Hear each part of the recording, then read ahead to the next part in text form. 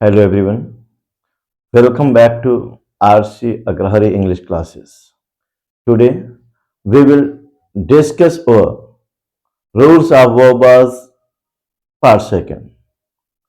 आज हम rules of verb के पार्ट सेकंड पर डिस्कशन करेंगे और आपको जानना चाहिए येट येट जो कि एक एडवर्ब होता है। येट का प्रयोग केवल आप प्रेजेंट परफेक्ट टेंस में ही करते हैं। येट का प्रयोग प्रेजेंट परफेक्ट टेंस के अलावा किसी टेंस में जनरली होता नहीं है, और अगर किसी दूसरे टेंस में है तो उस सेंटेंस को आपको प्रेजेंट परफेक्ट में कन्वर्ट करना चाहिए। और आपको जानना चाहिए कि पॉइंट ऑफ टाइम फॉर और पीरियड ऑफ टाइम सिंस का प्रयोग भी प्रेजेंट परफेक्ट टेंस में ही करते हैं।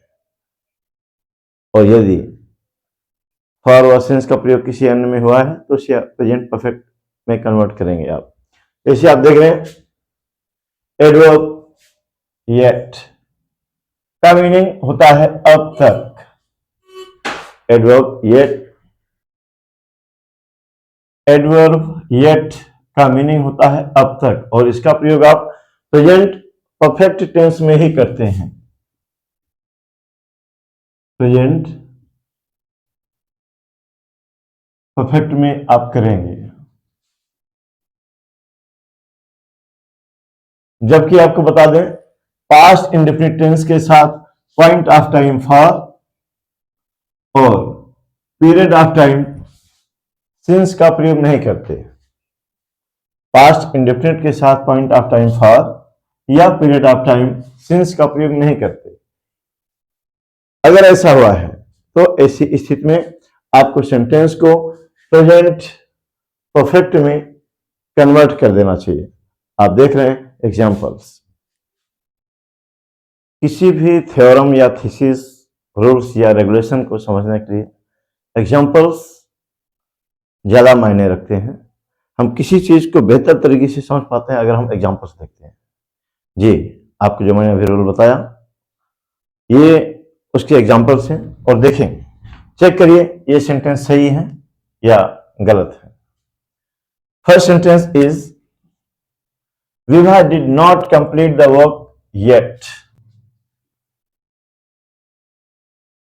मैंने अभी आपको बताया येट का प्रयोग प्रेजेंट परफेक्ट टेंस में ही होता है, और ये पास्ट इंडेफिनिट है।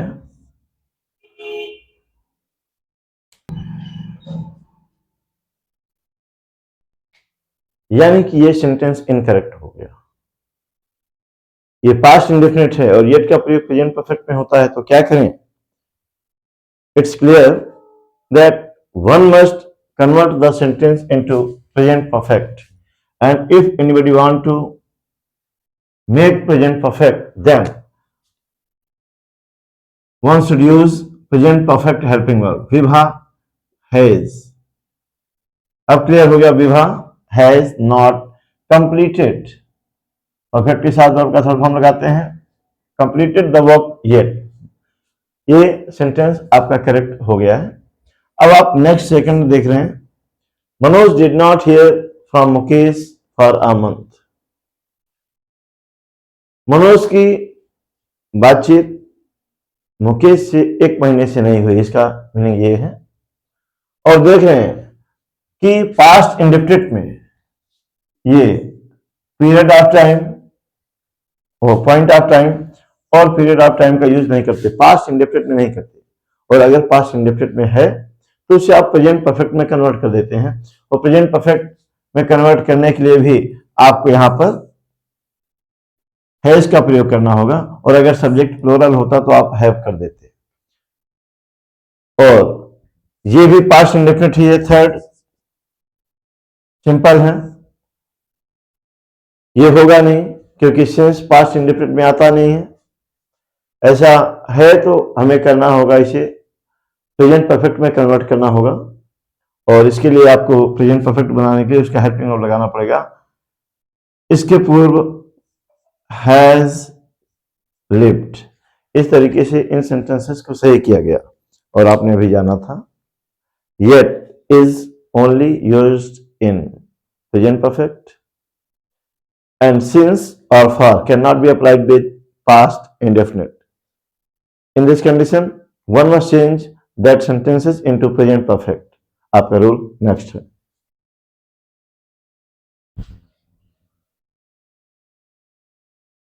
आपका रूल नेक्स्ट है और आपको जानना चाहिए present perfect tense is used for recently acted works that is not much late. यानी कि प्रेजेंट परफेक्ट टेंस का प्रयोग हाल ही में हुए गए कार्यों के लिए किया जाता है। यदि कार्य को संपादित हुए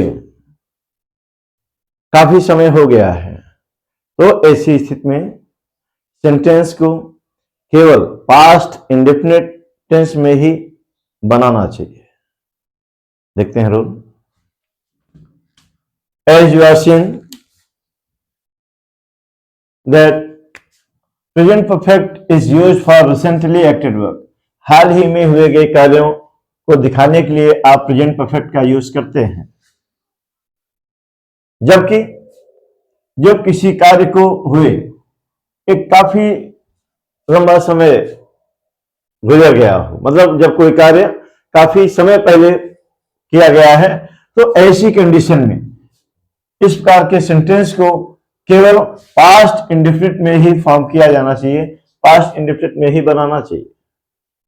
आप देख रहे हैं example, David Livingstone has discovered Africa. इसमें मेंशन है कि डेविड लिविंगस्टन ने अफ्रीका की खोज किया था। तो अफ्रीका की खोज बहुत लंबे समय पहले हुआ था और आपने देखा है the work if the work was done a long time एगो।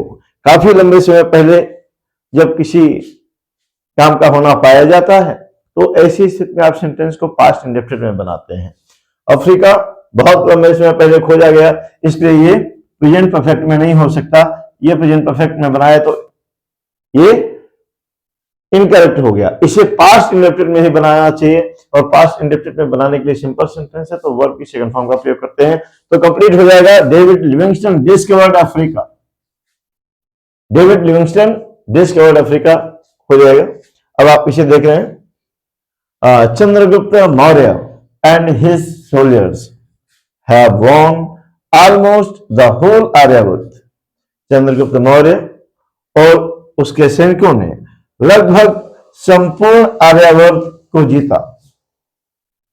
इस घटना को भी हुए एक लंबा समय हो गया है और रूल में भी बताया गया the work was done if the work was done a long time एगो। अगर किसी कार्य को हुए काफी लंबा समय हो गया, काफी समय पहले किया जा चुका है, तो इस प्रकार के सेंटेंसेस को केवल पास्ट इंडेफिनिट में ही बनाएंगे। तो ये सेंटेंस भी हमारा प्रेजेंट परफेक्ट है जो कि इनकरेक्ट हो गया, इसे पास्ट इंडेफिनिट में फॉर्म करना पड़ेगा।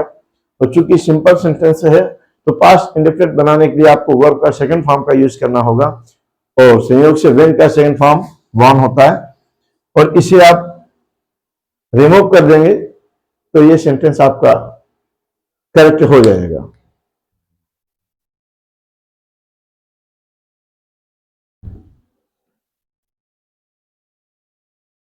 आपका नेक्स्ट रूल है एडवर्ब्स yesterday, लास्ट एंड एगो। आप देख रहे हैं एडवर्ब yesterday, लास्ट एंड एगो is used only in past indefinite tense. It cannot be used with present or any other tenses. आपने देखा एडवर्ब yesterday, लास्ट डे और एगो का प्रयोग केवल पास्ट इंडेफिनिट टेंस में किया जाता है। इनका प्रयोग प्रेजेंट व किसी अन्य टेंस में नहीं किया जा सकता। आप देख रहे हैं एग्जाम्पल्स। आपका एग्जाम्पल फर्स्ट है, यहां पर मेंशन है Sarla has written a letter to her father yesterday. ये देखिए यहां पर येस्टरडे आया है और इसे आपने प्रेजेंट परफेक्ट में बनाया है, जो हो नहीं सकता। अभी आपने जाना है कि यहां पर येस्टरडे आएगा, वो पास्ट इंडेफिनिट में ही फॉर्म करना चाहिए उस सेंटेंस को। तो इसे आप पास्ट इंडेफिनिट क्या कन्वर्ट करेंगे? क्योंकि सिंपल सेंटेंस है तो यहां पर आपको वर्ब की सेकंड फॉर्म यूज करना होगा इसके स्थान पर। Sarla wrote a letter to her father yesterday.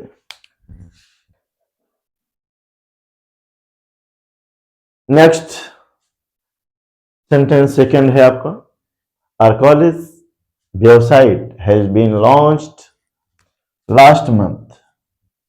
हमारे कॉलेज का वेबसाइट लास्ट मंथ लॉन्च किया गया। और ये सेंटेंस है प्रेजेंट परफेक्ट का पैसिव वॉइस। फिर भी इसे हम प्रेजेंट परफेक्ट में नहीं कर सकते, वो चाहे एक्टिव वॉइस हो या पैसिव वॉइस हो। आपने देखा है yesterday, last day and ago should be used only in past indefinite.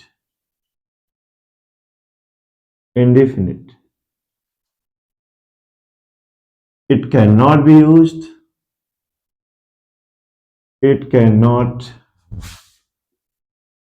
used with present or other tenses। क्योंकि अभी आपने जाना कि यहां पर लास्ट आएगा, yesterday आएगा और एगो आएगा, उसे आप केवल पास्ट इंडेफिनिट में ही फॉर्म करते हैं। ये सिंपल सेंटेंस है।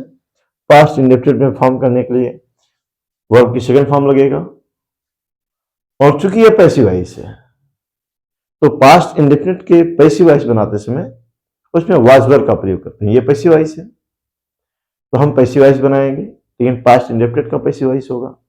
तो पास्ट इंडेफिनिट के पैसिव वॉइस में आप वाज या वर्ब का प्रयोग करते हैं, यहां पर वाज हो जाएगा, यानी कि college website was launched last month. जी आप थर्ड एग्जांपल्स देख रहे हैं। 2 days ago, our Prime Minister had announced lockdown। 2 दिन पहले हमारे प्राइम मिनिस्टर ने लॉकडाउन की घोषणा किया था। तो ये पास्ट परफेक्ट में है, पास्ट परफेक्ट में है और आपको अभी बताया गया इस प्रकार के सेंटेंसेस का यूज हम केवल और केवल पास्ट इंडेफिनिट में ही कर सकते हैं, प्रेजेंट व किसी अन्य टेंस में बिल्कुल नहीं। यानी कि इसे पास्ट परफेक्ट है तो इसे आपको पास्ट इंडेफिनिट बनाना पड़ेगा और पास्ट इंडेफिनिट बनाने के लिए आपको वर्ब की सेकंड फॉर्म लगाना पड़ेगा और हेड को हटाना होगा, रिमूव करना होगा। तो चलिए हेड ये हट गया और अनाउंस का सेकंड व थर्ड फॉर्म सेम होता है, इसलिए यहां पर अनाउंस्ड हो जाएगा। कंप्लीट करेक्ट सेंटेंस हो गया 2 days ago our prime minister announced lockdown. हमने इसे सर्किल किया है, इसे ये नहीं सोचेगा कि इसे भी रिमूव करना है। और आपका नेक्स्ट रूल है, आपको नेक्स्ट रूल के अंतर्गत जानना है कि किसी भी सेंटेंस के दोनों क्लॉजेस कभी पास्ट इंडेफिनिट के नहीं हो सकते। जी, किसी भी सेंटेंसेस के दोनों क्लॉजेस कभी भी पास्ट इंडेफिनिट में नहीं बनाए जा सकते। ऐसी स्थिति में एक सेंटेंस को पास्ट इंडेफिनिट से बनाएंगे और दूसरे को पास्ट परफेक्ट से। लेकिन ऐसा कब करेंगे उसके लिए सुनिए, यदि दोनों क्लॉजेस के बीच में बिफोर वर्ड आया है, अगर दोनों क्लॉजेस के बीच में बिफोर वर्ड आया है तो आपको फर्स्ट क्लॉज को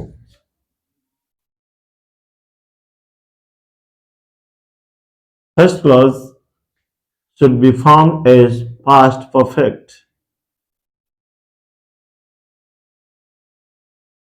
Past perfect. और सेकेंड क्लॉज को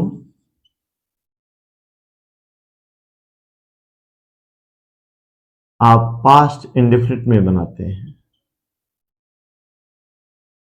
आपने जाना when before is used between two clauses,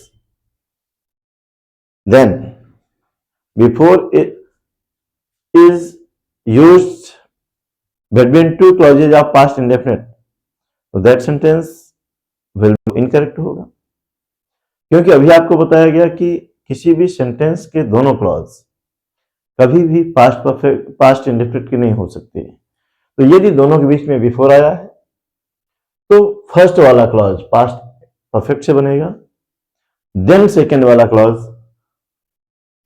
past indefinite से बनेगा। लेकिन यदि दोनों क्लॉजेस के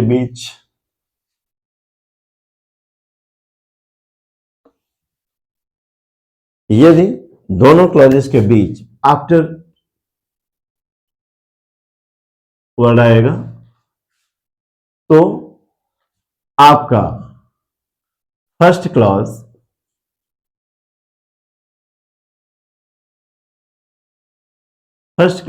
पास्ट इंडेफिनिट का बनेगा और सेकेंड क्लॉज पास्ट परफेक्ट का बनेगा। आप बहुत ध्यान से सुनिए, बिफोर व आफ्टर आने पर क्लॉजेस का टेंस बदल जाता है, ठीक अपोजिट हो जाता है। अभी आपने देखा था जब बिफोर आएगा तो फर्स्ट क्लॉज पास्ट परफेक्ट का होगा, सेकेंड क्लॉज पास्ट इंडेफिनिट का होगा। लेकिन यदि आफ्टर आ गया तो यही इनका क्रम पलट जाता है, उल्टा हो जाता है। बिफोर आने पर जहां फर्स्ट क्लॉज को पास्ट परफेक्ट का बनाते थे, वहीं आफ्टर आने पर फर्स्ट क्लॉज को आप पास्ट इंडेफिनिट का बनाएंगे। बिफोर आने पर जहां सेकेंड क्लॉज को पास्ट इंडेफिनिट का बनाते थे, आफ्टर आने पर उसी को पास्ट परफेक्ट का बनाएंगे। अपेक्षा है मेरी बात आप समझ रहे होंगे। चीजों को बेहतर तरीके से समझने के लिए मैं आपको कुछ एग्जांपल्स देकर समझा रहा हूं। जी आप देख रहे हैं यहाँ पर दो एग्जांपल्स मैंने रिपीट किया है और यहाँ पर दोनों सेंटेंस बिफोर और आफ्टर आया है। एक सेंटेंस में बिफोर आया है, दूसरे में आफ्टर आया है। और आपको बताया गया है जब दोनों सेंटेंसेस या दोनों क्लॉजेस के बीच में बिफोर आएगा और दोनों क्लॉजेस पास्ट इंडेफिनिट के होंगे तो ऐसा तो नहीं हो सकता। तो सेंटेंस को अगर आप करेक्ट करना चाहते हैं तो करेंगे क्या, फर्स्ट वाले क्लॉज को आप पास्ट परफेक्ट से बनाते हैं और सेकेंड क्लॉज को पास्ट इंडेफिनिट से बनाते हैं। मैंने बताया है यदि दोनों क्लॉज के बीच में आफ्टर आ गया तो यही जो इनका सीक्वेंस है यही बदल जाता है। अभी जहां सेकेंड क्लॉज पास्ट इंडेफिनिट से बनता था, आफ्टर आने पर फर्स्ट क्लॉज पास्ट इंडेफिनिट से बनेगा। और अभी जहां सेकेंड क्लॉज बिफोर आने पर जहां फर्स्ट क्लॉज पास्ट परफेक्ट से बनता था, आफ्टर आने पर वही सेकेंड क्लॉज पास्ट इंडेफिनिट से बनेगा। अपेक्षा है आप मेरी बात समझ रहे होंगे। हम सेंटेंसेस को करेक्ट करेंगे। जी, इसे पास्ट परफेक्ट बनाना है तो पास्ट परफेक्ट बनाने के लिए या कोई भी टेंस बनाने के लिए उसका हेल्पिंग वर्ब और वर्ब का फॉर्मेट करते हैं। तो पास्ट परफेक्ट का हेल्पिंग वर्ब यहां पर हैड हो जाएगा और लेफ्ट वर्ब का थर्ड फॉर्म भी लेफ्ट ही होता है। ये सही हो गया, वो पास्ट इंडेफिनिट है ही। जी अब देखते हैं Nalini finish the work after she visited me. मुझसे मिलने के बाद नलिनी ने काम पूरा किया। तो आफ्टर आने पर फर्स्ट क्लॉज पास्ट इंडेफिनिट का होता है, सेकेंड क्लॉज पास्ट परफेक्ट का होता है। तो यहां तो दोनों इंडेफिनिट है तो हम इस सेकेंड क्लॉज को पास्ट परफेक्ट बनाएंगे और आप जानते हैं पास्ट परफेक्ट बनाने के लिए हमें हैड के साथ वर्ब की थर्ड फॉर्म ऐड करना पड़ता है और विजिटेड वर्ब की थर्ड फॉर्म भी होता है। इस तरीके से ये सेंटेंस ऐसे करेक्ट किया जाएगा। अपेक्षा है आप मेरी बात समझ रहे होंगे। आपका नेक्स्ट रोल है,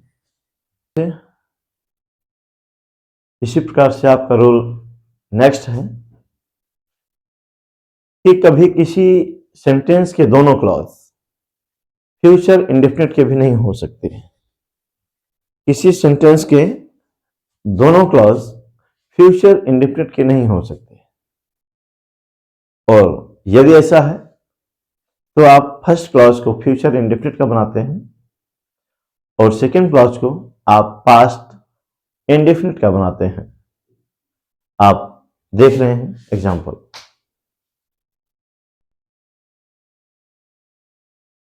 जी अभी आपने देखा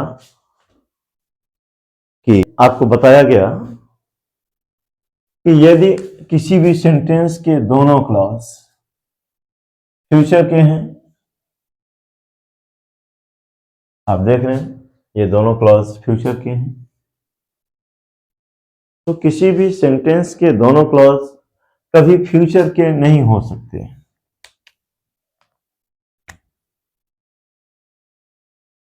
तो ऐसी कंडीशन में करेंगे क्या? मैंने बताया ऐसी कंडीशन में आपका जो फर्स्ट क्लॉज होता है वो फ्यूचर इंडेफिनिट से होता है। फर्स्ट क्लॉज को आप फ्यूचर इंडेफिनिट से बनाते हैं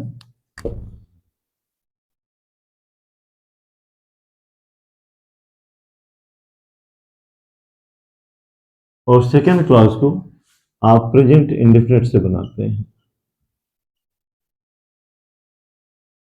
कोई दिक्कत नहीं, यही रूल फॉलो करना है।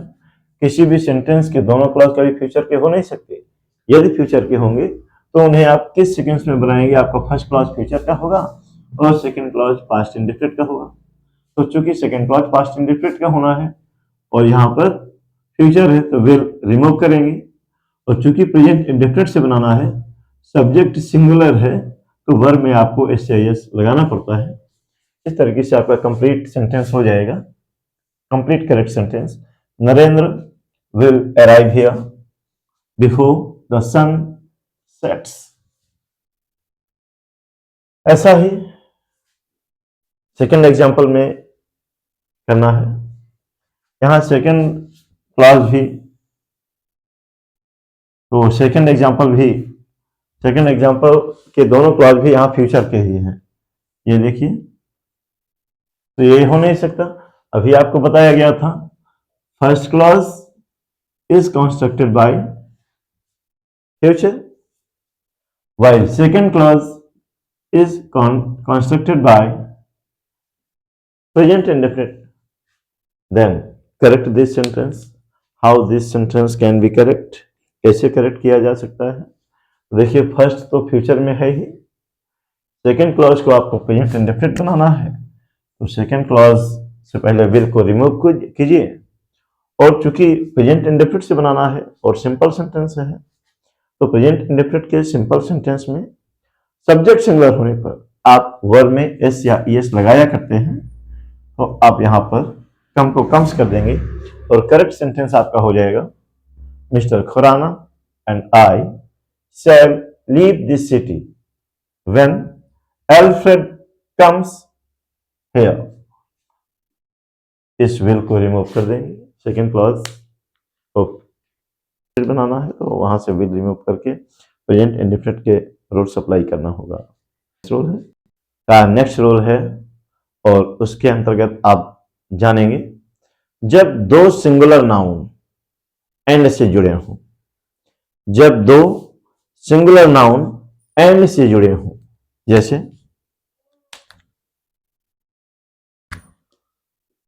मैन एंड वुमन, ये दोनों सिंगुलर हैं, ये दोनों नाउन सिंगुलर हैं और ये एंड से भी जुड़े हैं।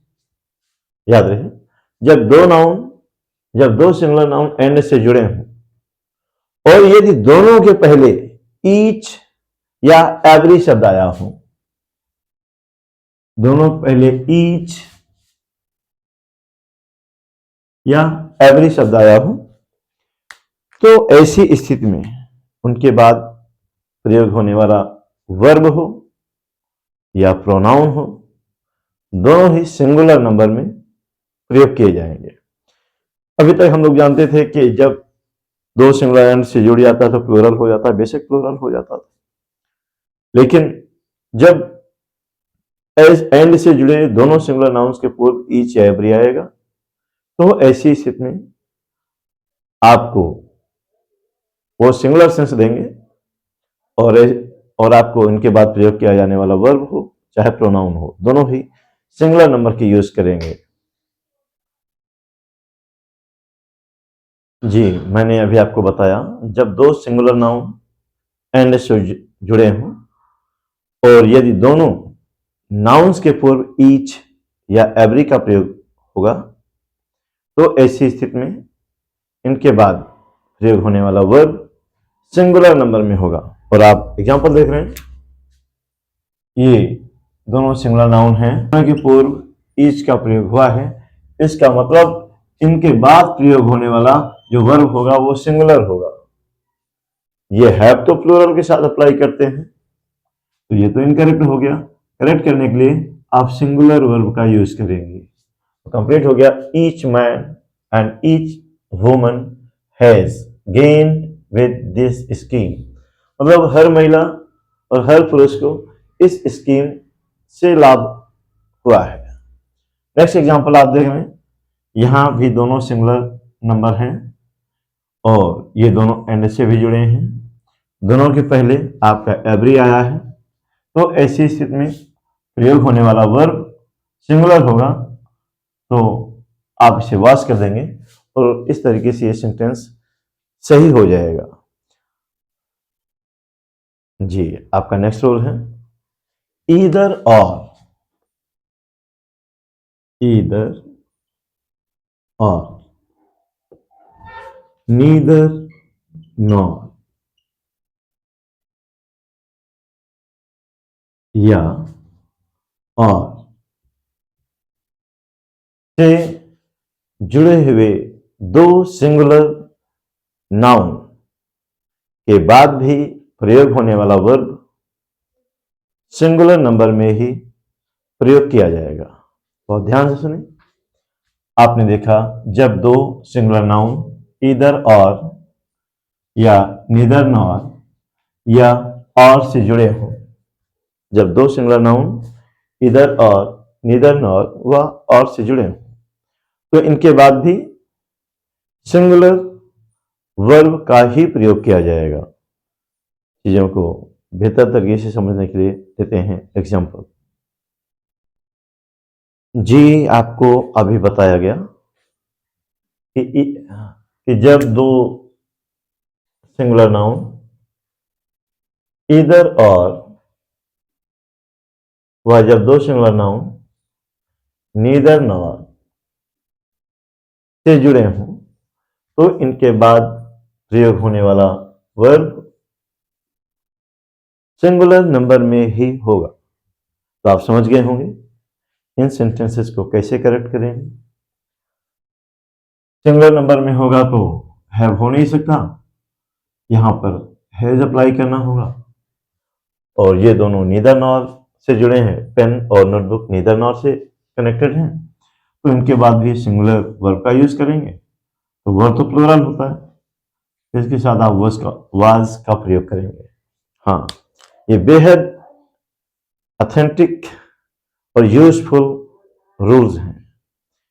इन रूल्स ऑफ वर्ब के बिना ना तो इंग्लिश को करेक्टली लिखा जा सकता है और ना ही बोला व समझा जा सकता है।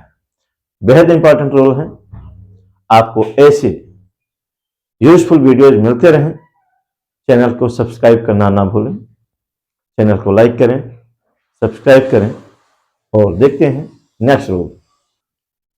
आप नेक्स्ट रूल के अंतर्गत जान रहे हैं कि जब भिन्न भिन्न नंबर वाले, अर्थात सिंगुलर व प्लूरल नाउन, ये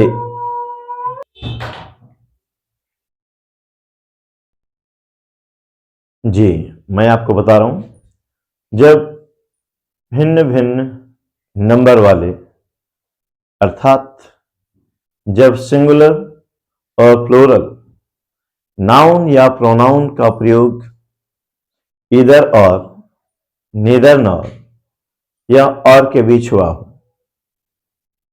और ध्यान से सुने, जब अलग अलग नंबर वाले मतलब सिंगुलर नाउन और प्लूरल नाउन, सिंगुलर नाउन या प्लूरल नाउन या प्रोनाउन कुछ भी हो सकते हैं, ये लोग जब इधर और, नीदर नॉर या और से कनेक्टेड हो, तो याद रहे हमेशा प्लूरल नाउन को पहले यूज किया जाता है, सॉरी प्लूरल नाउन को सिंगुलर नाउन के बाद यूज करते हैं, और उनके बाद प्रयोग होने वाला जो वर्ब होता है अपने नजदीकी नाउन या प्रोनाउन के अकॉर्डिंग लगता है। आप एग्जाम्पल से बेहतर समझ पाएंगे, मैं दे रहा हूं आपको एग्जाम्पल्स। मैंने अभी आपको बताया था अलग अलग नंबर वाले, यानी कि जब प्लूरल नंबर नाउन और सिंगुलर नंबर नाउन ये ईदर और, नीदर नॉर या और से जुड़े हों, तो प्लूरल नाउन का प्रयोग हमेशा सिंगुलर नाउन के बाद में होता है, यानी कि पहले सिंगुलर नाउन का यूज किया जाएगा या प्रोनाउन का प्रयोग किया जाएगा, पहले सिंगुलर और बाद में प्लूरल।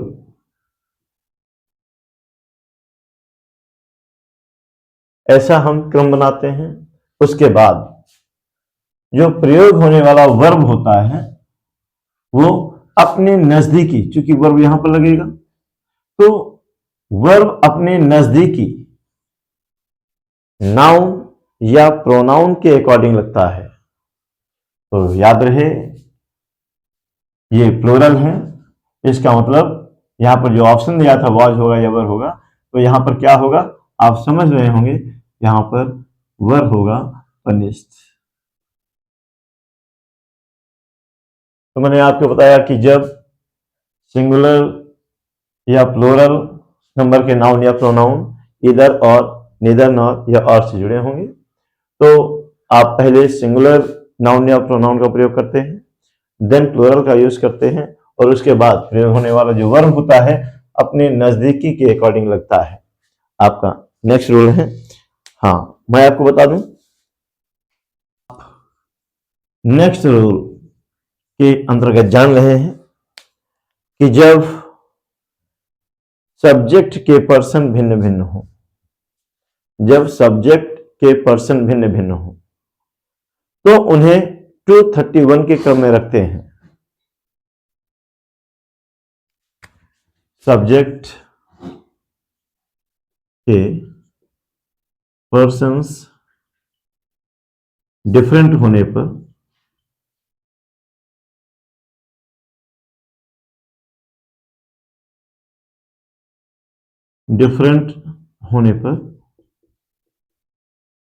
उन्हें 231 के क्रम में रखते हैं, अर्थात सबसे पहले सेकंड पर्सन, फिर थर्ड पर्सन और लास्ट में फर्स्ट पर्सन के नाउन या प्रोनाउन को इस ऑर्डर में रखते हैं, और उसके बाद जो प्रयोग होने वाला वर्ब होता है वो अपने नजदीकी नाउन या प्रोनाउन के अकॉर्डिंग लगता है। आप मेरी बात समझ रहे होंगे, मैंने बताया जब सब्जेक्ट अलग अलग पर्सन्स के हों, जब सब्जेक्ट के पर्सन डिफरेंट हो मतलब अलग अलग पर्सन्स के हों, first person second person third person साथ में आए हो, या फर्स्ट पर्सन सेकंड पर्सन आया हो, या सेकंड पर्सन थर्ड पर्सन आया हो, तो ऐसी स्थिति में इन्हें आप 231 के क्रम में रखते हैं। 231 क्रम का मतलब है पहले सेकंड पर्सन के नाउन या प्रोनाउन, फिर थर्ड पर्सन के, और लास्ट में फर्स्ट पर्सन के नाउन या प्रोनाउन रखे जाते हैं। उसके बाद जो वर्ब होगा वो अपने नजदीकी नाउन या प्रोनाउन के अकॉर्डिंग लगता है। एग्जाम्पल आप देख रहे हैं,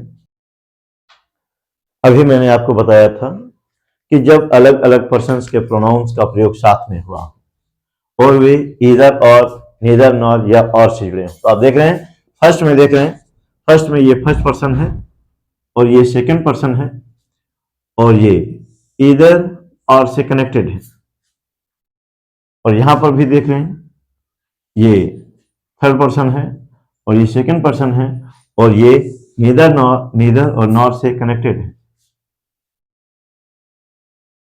तो ऐसी स्थिति में इन्हें आप 231 के क्रम में रखते हैं। 231